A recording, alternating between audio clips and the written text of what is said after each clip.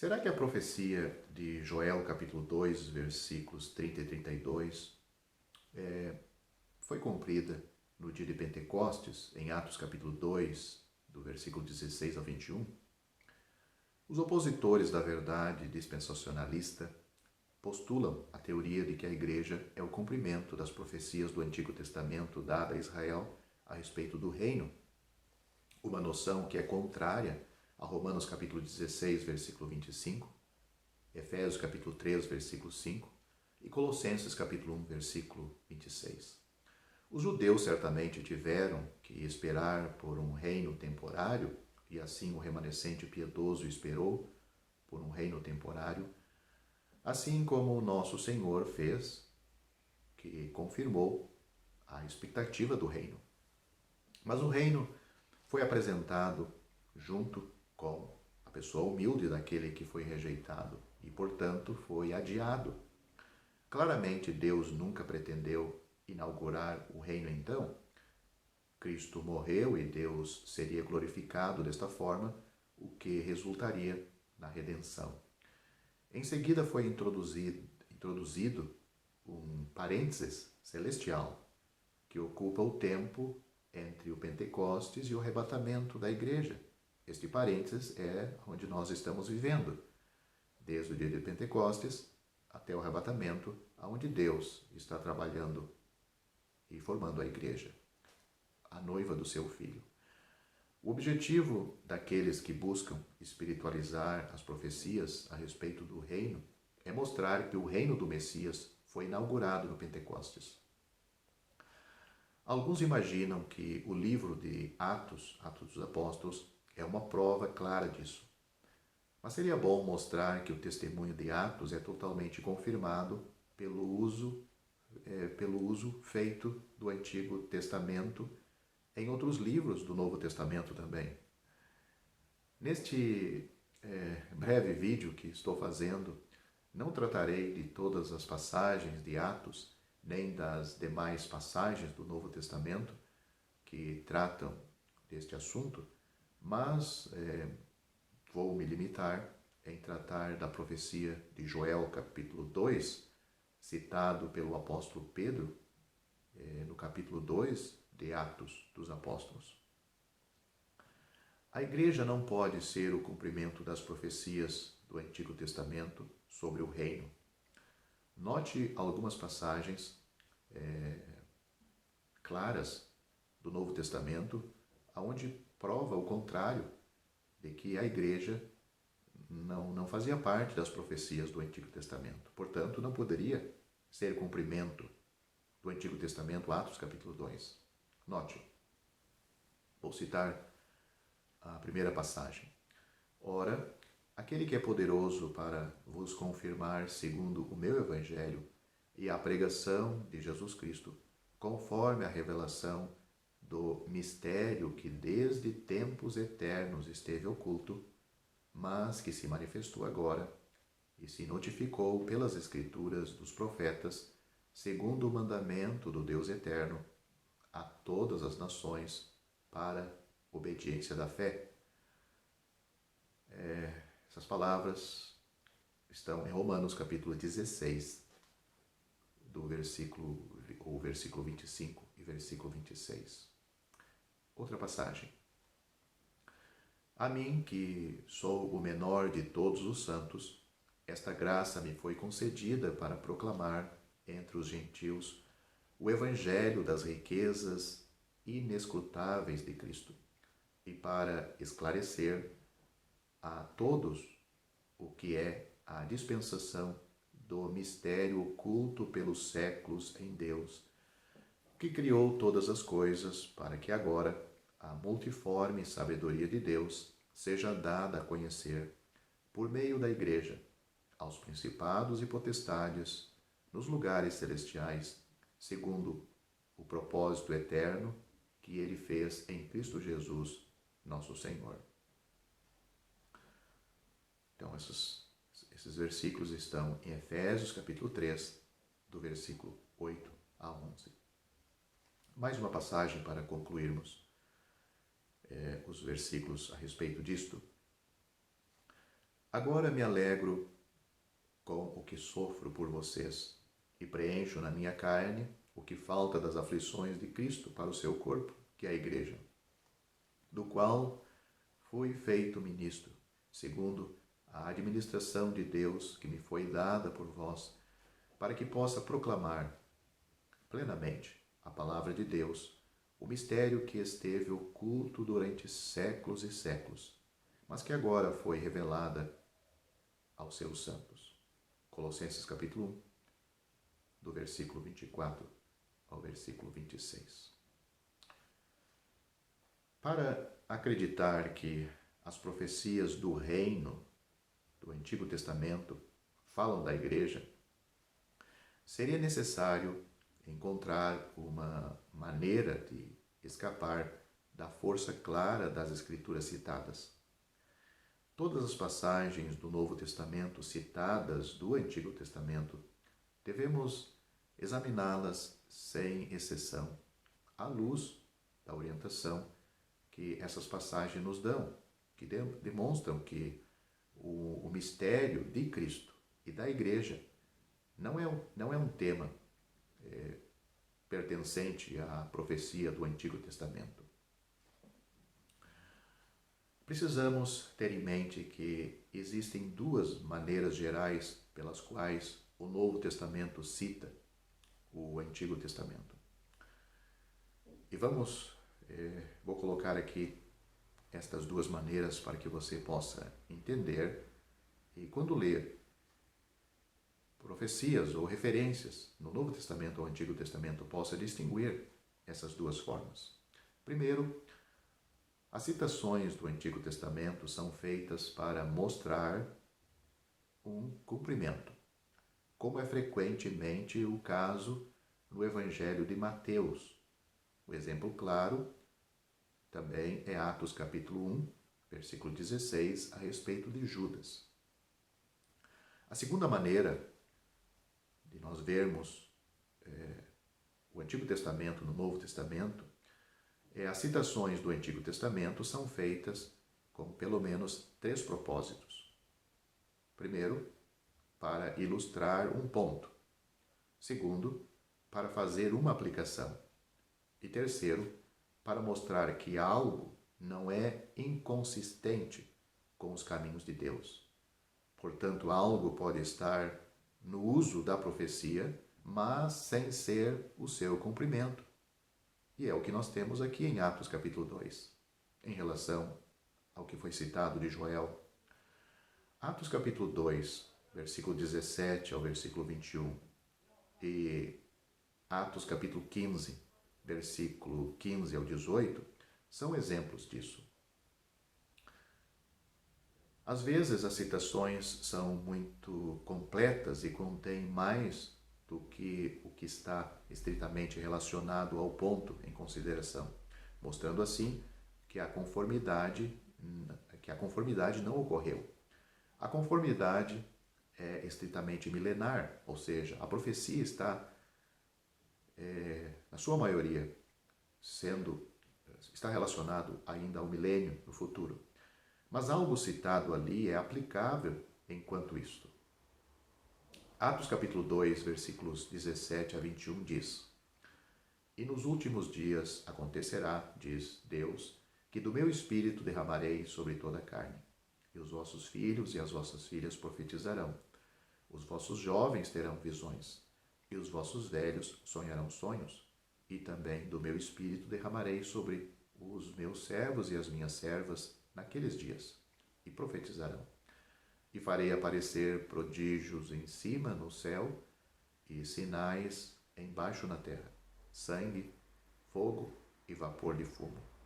O sol se converterá em trevas e a lua em sangue, antes de chegar o grande e glorioso dia do Senhor. E acontecerá que todo aquele que invocar o nome do Senhor será salvo. Então, esses são os versículos em Atos capítulo 2. Esta passagem é milenar e aguarda o seu cumprimento. Cumprimento no milênio, após o arrebatamento da igreja, Pedro simplesmente mostrou aos seus ouvintes que o que tinha acontecido ali naquela ocasião em que Pedro e os discípulos estavam pregando, mostra aos seus ouvintes, Pedro simplesmente mostra aos seus ouvintes que o que tinha acontecido, o que estava acontecendo, não era inconsistente ou absurdo com os caminhos de Deus. Uma profecia de Joel, portanto, não se cumpriu no dia de Pentecoste, embora o derramamento do Espírito, como temos no versículo 17 do capítulo 2, e a invocação do nome do Senhor, versículo 21, seja dentro do alcance da profecia de Joel. O derramamento do Espírito Santo no dia de Pentecostes não foi em toda a carne, como a profecia de Joel afirma que será. Alguns têm sugerido que, pela maneira que Joel escreveu, nós temos lá no versículo 2, versículo 28, capítulo 2, aliás, versículo 28, e depois disso, e que Pedro disse nos últimos dias, Joel disse e depois disso, Joel 2 e 28, e Pedro disse nos últimos dias, Atos 2, capítulo 17, Pedro queria dizer que seu povo estava vivendo nos últimos dias, mas Pedro não fez tal declaração. Nos últimos dias que Pedro mencionou, não se refere aos últimos dias que vivemos. Segundo a epístola a Timóteo, ou a segunda epístola a Timóteo, descreve a ruína que caiu sobre a igreja e aparece o personagem dos últimos dias, no capítulo 3, revelando uma mudança no estado de coisa. Esse tempo é chamado por João de o último tempo, literalmente uma última hora, 1 João capítulo 2, versículo 18. A última hora indica uma mudança que não ocorreu no estado da igreja. A última hora não foi inaugurada no dia de Pentecostes e não nos últimos dias de Joel ou na citação de Pedro. Os últimos dias dos profetas, você pode ler isto, essas palavras, últimos dias em Isaías capítulo 2, do versículo 2 ao 4, Jeremias capítulo 23, versículo 20, Oséias capítulo 3, versículo 4 e 5, e Miqueias capítulo 4, versículo 1. Então, os últimos dias dos profetas, que você encontra aí nessas passagens e outras, têm a ver com os caminhos governamentais de Deus na terra. Eles se referem aos últimos dias de Israel. Joel escreveu: e vossos filhos e vossas filhas profetizarão. Seus jovens terão visões e os velhos terão sonhos. Isso nós temos registrado por Pedro em Atos capítulo 2, versículo 17. Obviamente isso não aconteceu, mas se Joel tivesse falado sobre a formação da igreja, isso simplesmente teria que acontecer. Diante da dificuldade intransponível do problema, um objetor que defende que se cumpriu Joel capítulo 2, em Atos capítulo 2, se propôs a contorná-lo, a situação assim da seguinte maneira. Ele disse, então abrem aspas para o que ele vai falar, visto que as línguas podem ser amplamente descritas como um tipo de profecia, esta passagem fornece o equivalente mais próximo das línguas na fraseologia do Antigo Testamento. Fecham aspas. Essas são as palavras deste que defende que cumpriu Joel capítulo 2 em Atos capítulo 2. É claro então que os sonhos e visões não ocorreram no dia de Pentecostes. Pedro diz, e farei aparecer prodígios em cima, no céu, e sinais embaixo na terra, sangue, fogo e vapor de fumo. O sol se converterá em trevas e a lua em sangue, antes de chegar o grande e glorioso dia do Senhor. Atos capítulo 2, versículos 19 a 20. Dois sinais foi dito que eles são provavelmente o dom de línguas. Dos sinais aqui que foi dito, os sinais que Pedro falou, foi dito que eles provavelmente, o dom de línguas e os vários milagres e curas que são registrados logo depois, eles associam uma coisa a outra para tentar fechar a profecia de Joel em Atos capítulo 2. Assim, é explicitamente admitido que milagres de cura não ocorreram no Pentecostes. E então, como a profecia de Joel poderia ser cumprida no dia de Pentecostes? Aqueles que sustentam que a profecia de Joel foi cumprida no Pentecoste guardam silêncio sobre o sangue, fogo, etc., que é citado ali por Joel e também por Pedro. Mas, de alguma forma, eles precisam manipulá-los. Precisam tentar encaixar essas coisas em alguma ocasião para provar. Portanto, a teologia parece ter a resposta. Vejamos, eles dizem, abrem aspas, para o que eles vão falar. Se não aceitamos que a referência seja aos sinais cósmicos que acompanharam a crucificação, por exemplo, Lucas, capítulo 23, versículo 44 e outros ali, Pedro dirige, então, o seu olhar para frente, para os sinais que anunciarão o fim do mundo, até o fim dos últimos dias, e não no início destes, que estão apenas ocorrendo. Fecham aspas. Essas são as palavras dos que defendem que se cumpriu a profecia de Joel em Atos capítulo 2. Vale tudo, contanto que você mantenha a teoria de que a igreja cumpre as profecias do Antigo Testamento a respeito do reino. Esses defensores tentam de tudo para que a profecia seja cumprimento da igreja. A profecia de Joel não tem nada a ver com o escurecimento do sol quando nosso Senhor sofreu no Calvário. Claro que a escuridão era literal nesta ocasião de Cristo na cruz. No entanto, a profecia de Joel de que a lua se transformará em sangue é simbólica.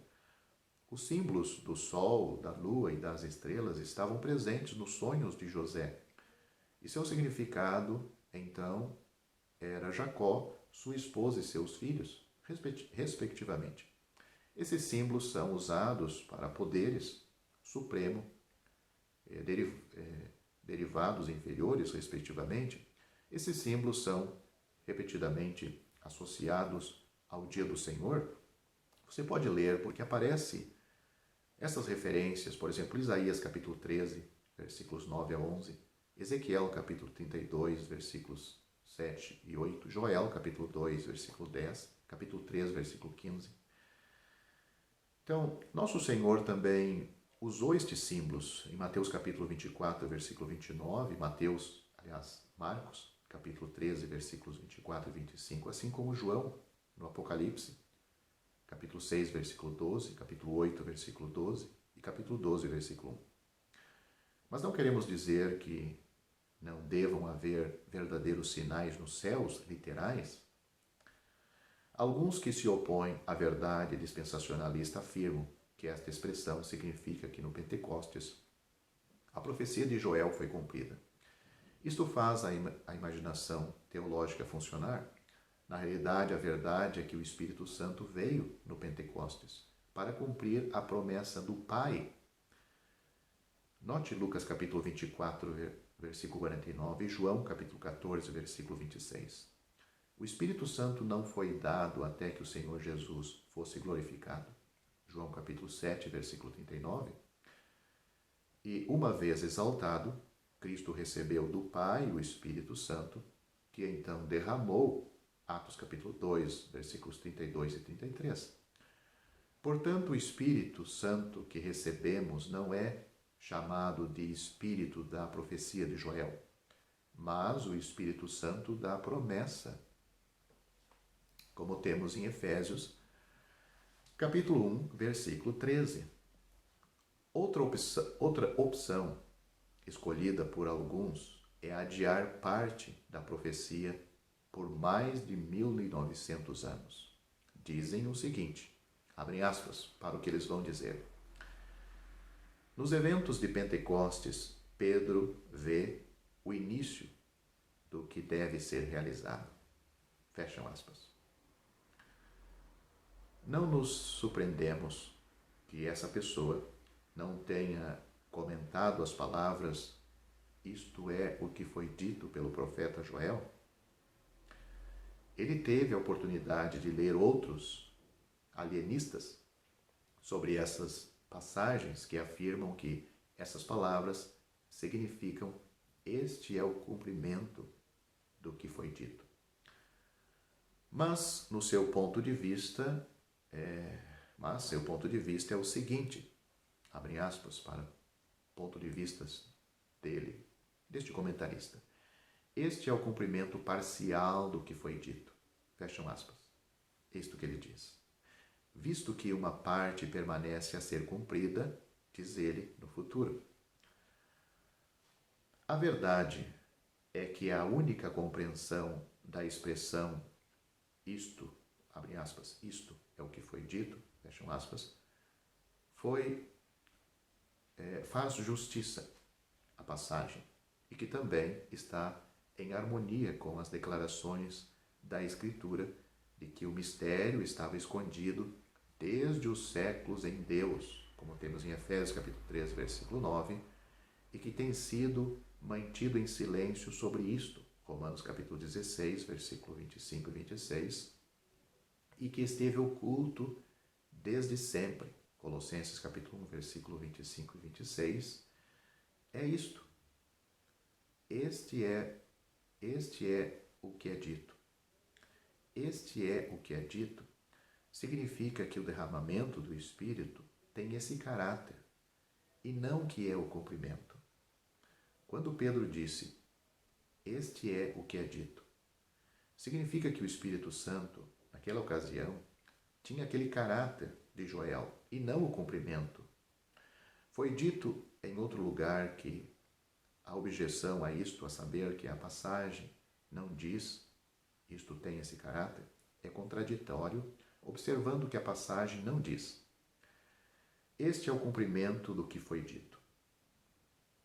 É muito pior, e muito pior é o ponto de vista de outro comentarista que faz as palavras significarem "este é o cumprimento parcial do que foi dito", coisa que Pedro não está dizendo aqui na passagem. Ou "este é o princípio do cumprimento que foi dito". Pedro demonstrou à sua audiência, os seus ouvintes naquele dia, que a nação,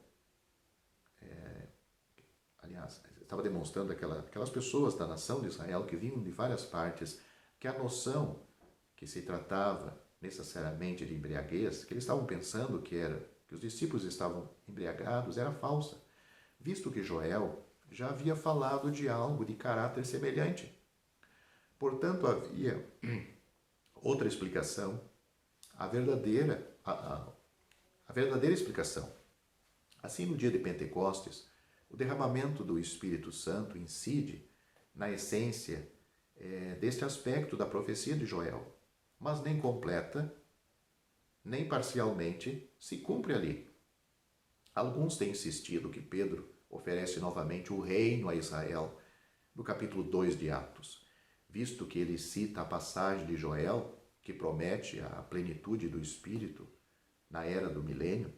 No entanto, parece melhor entender que Pedro não está dizendo que a experiência que eles têm diante de si é o cumprimento da profecia de Joel, para que se considerem no reino, mas sim, Pedro está citando a profecia de Joel para que verifique o fato que Israel sabia por suas escrituras de que tal experiência da plenitude do Espírito Santo era possível. Em Atos capítulo 2, o Espírito Santo veio apenas sobre os judeus. E dizer que este foi também o início do cumprimento exigiria uma consideração não dispensacional da passagem. E tal visão é naturalmente adotada por alguns escritores, como um comentarista bem famoso, normalmente está nos seus livros F. Bruce, F. Bruce. Interessante é o fato de que o Espírito Santo interessante é o fato de que o Espírito de Deus citou Joel em conexão com o derramamento do Espírito sobre toda a carne. Outras referências ao derramamento do Espírito se referem apenas a Israel, como nós temos Isaías capítulo 32, versículo 15, capítulo 44, versículos 3 e 4, Ezequiel capítulo 36, versículo 27, capítulo 37, versículo 14, capítulo 39, versículo 29, Isaías capítulo 59, versículo 21, Zacarias capítulo 12, versículos 10 a 14. No Pentecostes, o Espírito Santo veio apenas sobre os israelitas, mas nenhuma daquelas passagens que se referem apenas a Israel foi selecionada pelo Espírito Santo, antes pelo contrário. É selecionada uma passagem onde é dito que o Espírito Santo é derramado sobre toda a carne. Joel capítulo 2. Pentecostes não foi o cumprimento, nem para Israel, nem para toda a carne. No entanto, a profecia de Joel pode muito bem ter sido escolhida pelo Espírito Santo, pois a bênção não se limitaria a esses judeus no dia de Pentecostes, mas aos gentios, a quem Deus salvaria durante o período presente. Os prodígios e os sinais ocorrerão antes que venham o grande e manifesto dia do Senhor, como nós temos no versículo 20. Note a palavra antes, pois é correto dizer que as maravilhas e os sinais simplesmente precederão esse dia, ou seja, o dia do Senhor. É um erro dizer que o dia do Senhor começa no arrebatamento. Tais sinais não precederão o arrebatamento dos santos. O que o dia do Senhor apresenta é o aparecimento do Senhor Jesus na glória, e maravilhas e sinais ocorrerão após o arrebatamento. Também lemos que e todo aquele que invocar o nome do Senhor será salvo. Atos capítulo 2, versículo 21. Este é o fato abençoado que é novamente citado em Romanos capítulo 10, versículo 13, pelo apóstolo Paulo. A citação de Joel por Pedro foi até este versículo, que embora se refira aos últimos dias em Joel, também tem uma aplicação para o tempo presente. Isto é, o que ele queria apresentar aos seus ouvintes para que pudessem se arrepender e ser salvos. A citação de Joel a respeito do Espírito respondeu à ocasião de embriaguez, pois era o que o povo estava pensando por ouvir os discípulos em vários idiomas que estavam falando naquela ocasião. A aplicação do versículo 21 satisfaria suas necessidades mais profundas, ou seja, Deus estava oferecendo salvação àquele que invocasse o nome do Senhor. Um autor chamado O.T. Alice, O.T. Alice, escreveu: mas as próprias palavras são claramente aplicáveis à igreja misteriosa. Fecham aspas. O versículo 21 é certamente aplicável hoje, mas esse fato, entretanto, não prova que a igreja é objeto de profecia. O versículo 21 de Atos capítulo 2 ilustra como algo pode ser aplicável sem ser o cumprimento e sem o mistério ser um tema de profecia, ou seja, o mistério de Cristo e o mistério da igreja. Além disso, o versículo 21 se aplica a indivíduos. As noções citadas por aqueles que se opõem às verdades dispensacionalistas, ou seja, às dispensações, são noções características de como eles interpretam as Escrituras.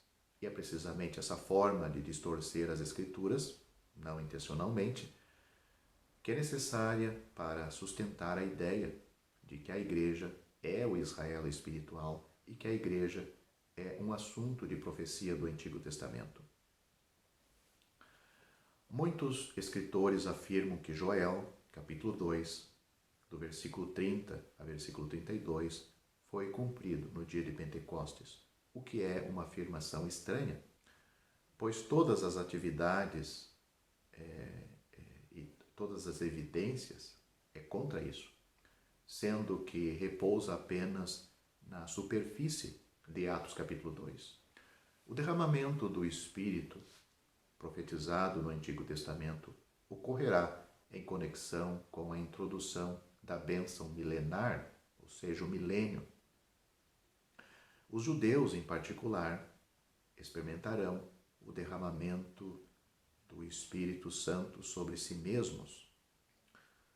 Note passagens proféticas como Isaías capítulo 32, versículo 15, capítulo 59, versículo 21, Ezequiel capítulo 35, capítulo 36, versículo 27, capítulo 37, versículo 14, capítulo 39, versículo 29, também Zacarias capítulo 12, versículos 10 a 14 e outras. E em Joel capítulo 2, versículos 28 a 32 também vemos o mesmo com várias outras características observadas. Portanto, note, primeiro, o Espírito Santo será derramado sobre toda a carne, ou seja, sobre todas as nações e não necessariamente sobre todas as pessoas. Isto não ocorreu no Pentecostes. Pedro não diz o que você vê agora, adicionado ao que acontecerá à medida que o cristianismo se espalhar pelo mundo, é o que. Mas ele disse, isto é o que foi dito, e isto não foi literal completamente. O que disse. Segundo, isso acontecerá mais tarde. Acontecerá após a reunião de Israel. Israel não foi reunida no dia de Pentecostes. Compare Isaías capítulo 1, versículo 26, com Zacarias capítulo 12, versículos 10 a 14. Pelo menos não foi reunida como outras profecias anunciam. Terceiro, os sonhos e visões anunciados não ocorreram no dia de Pentecostes. Quarto, os eventos descritos em Joel capítulo 2, versículos 30 a 32, precederão o derramamento do Espírito, que será uma bênção que segue os julgamentos. Pedro preservou o relacionamento citado a passagem inteira. Esses julgamentos não ocorreram antes ou no dia de Pentecostes. É claro, então, que a profecia de Joel não foi cumprida no dia de Pentecostes. O ponto de referência de Pedro à profecia de Joel é que existem certas características da bênção milenar e da bênção registrada em Atos capítulo 2, que são as mesmas. Pedro definitivamente não disse que este era o cumprimento da profecia, aquele evento era o cumprimento da profecia de Joel. E não poderia ser, visto que a profecia de Joel antecipa o cumprimento milenar. Pedro mostrou que o Antigo Testamento fala de algo como o derramamento do Espírito Santo, demonstrando assim, esse derramamento demonstra assim que o que estava acontecendo não era inconsistente com as Escrituras, pois aqueles que ouviram, principalmente os discípulos, aliás, os judeus de Jerusalém, alegavam que aqueles homens estavam embriagados àquela hora da manhã. Pedro, para justificar que não se tratava disto, ele cita a profecia, que aquilo não era fora do comum, pois existia uma profecia que falava de coisa semelhante. Pedro responde à perplexidade de alguns e à tola e à ignorância a acusação de embriaguez feita pelos judeus. Note o versículo 14. Para esses zombadores, o que estava acontecendo não poderia ser outra coisa senão embriaguez. Mas eles nunca ouviram a profecia de Joel? Sim, foi uma manifestação do Espírito de Deus, da qual Joel tinha algo a dizer. Isso é o que, não o evento. que Joel falou. Portanto, havia uma explicação diferente além da embriaguez. As Escrituras falam de tal atividade do Espírito de Deus, isto é, o derramamento do Espírito Santo. Esclarecemos também que o derramamento do Espírito, que nós temos aí, o derramamento do Espírito, não é o mesmo que o batismo no Espírito, de 1 Coríntios, capítulo 12, versículo 13, ou o selo com o Espírito. Nós temos em Efésios, ele será derramado novamente para que a profecia de Joel se cumpra e para a bênção do milênio. Mas isto não significa que os santos no milênio serão selados ou batizados no Espírito Santo. Nem é outra vinda do Espírito Santo. A posição na qual ele veio no Pentecostes se aplica apenas uma vez. Ela deixará de operar nesta forma quando os santos forem arrebatados, ou seja, quando a igreja for levada ao céu. 2 Tessalonicenses, capítulo 2, versículo 7. Mas permanecerá na capacidade de produzir, ou seja, o Espírito Santo continuará na capacidade de produzir o novo nascimento e de desempenhar qualquer outra função que agrade a Deus. No milênio, as distinções entre judeus e gentios irão reexistir, porque hoje na igreja não existe tal distinção. Os santos milenares não estarão no corpo de Cristo, como é considerado hoje a igreja. Embora seus pecados sejam perdoados pelo sangue de Cristo e sua posição e compreensão sejam em antecipação aos tempos do Antigo Testamento. Os oponentes da verdade dispensacionalista não descobriram a beleza da referência de Pedro à profecia de Joel em Atos capítulo 2, quando Pedro a cita aí.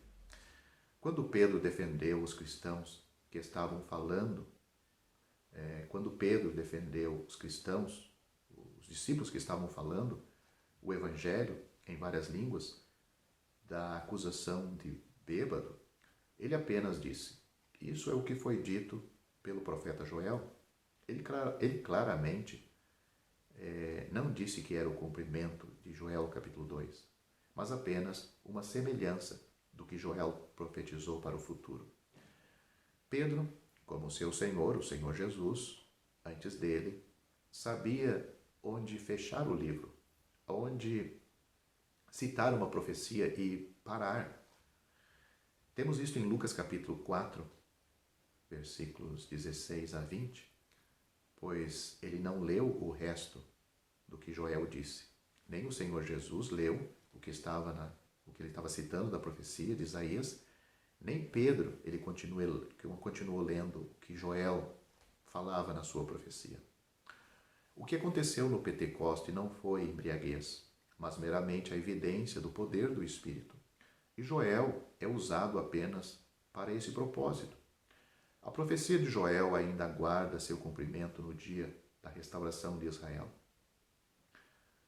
Ilustrando Atos capítulo 2, versículo 12 a 21, é que, como de costume, os homens estão agrupados em mais de uma classe, alguns atordoados, outros hostis e zombateiros. Pedro toma a palavra e explica os fatos com seriedade e clareza. Ele nega explicitamente o pensamento indigno de intoxicação, ou que eles estavam bêbados. Joel realmente falou sobre isto. Não é claro que o Pentecostes se deu cumprimento, visto que a profecia de Joel acontecerá nos últimos dias, mas um derramamento dessa natureza estava acontecendo ali.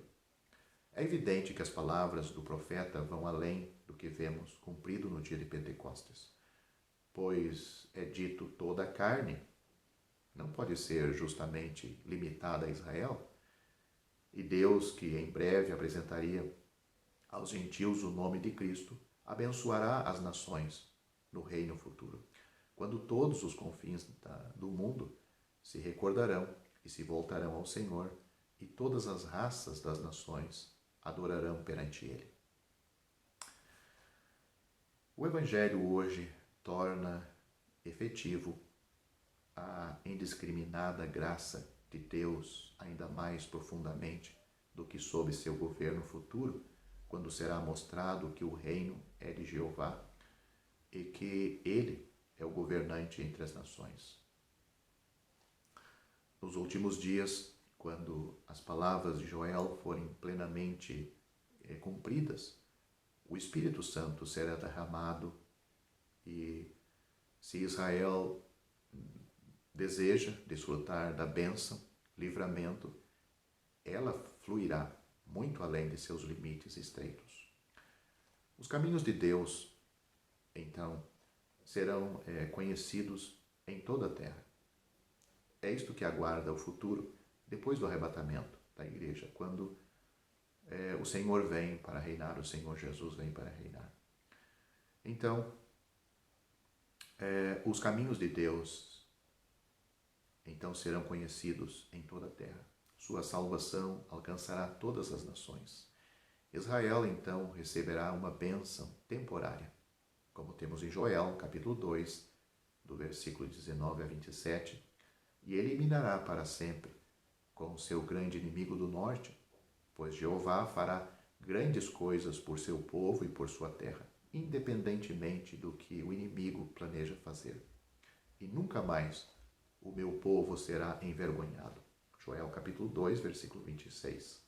Jeová diz enfaticamente essa verdade. Então, com uma clara indicação, o profeta apresenta dois anúncios. O primeiro com referência ao derramamento do Espírito Santo. Joel capítulo 2, versículo 28 e 29. A segunda em referência aos sinais externos de julgamento, que anunciam os dias de Jeová, cujas circunstâncias são detalhadas no capítulo 3 de Joel, até que cheguemos ao relato final das bênçãos de Israel mais uma vez. Visto que as maravilhas acima e abaixo precedem esse dia, o arrebatamento já aconteceu há muito tempo, ou pelo menos alguns anos, quando Israel será desta forma tocada por Deus. E vemos que o arrependimento de Israel produz a preparação necessária para a sua libertação e bênção, e especialmente para o dom do Espírito Santo. Vemos aqui também, em Atos, o mesmo princípio. Não o cumprimento de Joel capítulo 2. Pois Deus, derramando o seu Espírito agora, associa os crentes desta forma com Cristo exaltado nas alturas. O Espírito Santo, que foi dado em virtude da redenção, derrama o amor de Deus em seus corações, sela-os para o dia da redenção, e é o penhor da sua herança, como nós temos em Efésios capítulo 1, versículos 13 e 14. Ele habita neles agora, o Espírito Santo habita neles agora e reviverá seus corpos mortais em breve na ressurreição, na vinda de Cristo. Além disso, o Espírito Santo hoje é o vínculo bendito e divino que os constitui no corpo de Cristo e na casa de Deus. Desde o Pentecostes, temos Cristo em um novo relacionamento. Embora Cristo tenha experimentado a morte por todos, ele é rei apenas de Israel e das nações, mas da igreja ele é o chefe, o esposo, não o rei. Ele também, melhor dizendo, ele também tem autoridade sobre toda a carne para dar vida eterna a todos aqueles que o Pai lhe deu. No Pentecostes, Deus formou para a sua glória algo novo de caráter peculiar, a igreja. O caráter de forma alguma acidental ou temporário, mas essencialmente distinto do começo ao fim e totalmente distinto do que Deus havia erguido em Israel, bem como das invenções de Satanás entre os gentios. A nova coisa formada foi a habitação de Deus no Espírito, ou seja, a igreja. Essa foi a introdução essa foi a introdução ao discurso do apóstolo, naquele dia de Pentecostes. Uma negação da acusação carnal, para não dizer imoral, que foi imputado à embriaguez daqueles discípulos, quando falava com eles. E uma afirmação do poder do Espírito, manifestado naquela ocasião, por meio do dom de línguas e de profecia, como escrita no profeta Joel. Pedro aqui aplica uma parte da profecia de Joel. Se poderá apreciar que o profeta assume exatamente o mesmo terreno limitado que Pedro, quer dizer, os judeus, propriamente dito, de Jerusalém, estão em primeiro lugar na profecia de Joel. Tão maravilhosa é a palavra de Deus em seus mínimos detalhes. O ponto em que ele insiste, observe bem, era esse. O então prenúncio que estava diante deles em Jerusalém era, afinal, aquele pelo qual seus profetas os prepararam. Isso é o que foi dito pelo profeta Joel. Pedro não diz que este foi o cumprimento do profeta, mas ele diz simplesmente: isso é o que foi dito pelo profeta Joel. Homens, teólogos, dizem isto, mas o Espírito Santo não diz. O apóstolo simplesmente diz: isto é o que foi dito. Isto é tal seu caráter. O que está acontecendo tem o caráter do que Joel já falou. Até que ponto isso deve ser realizado, então, é outra questão. Não foi a embriaguez do vinho, mas o coração cheio do Espírito de Deus, agindo em seu próprio poder e em todas as classes.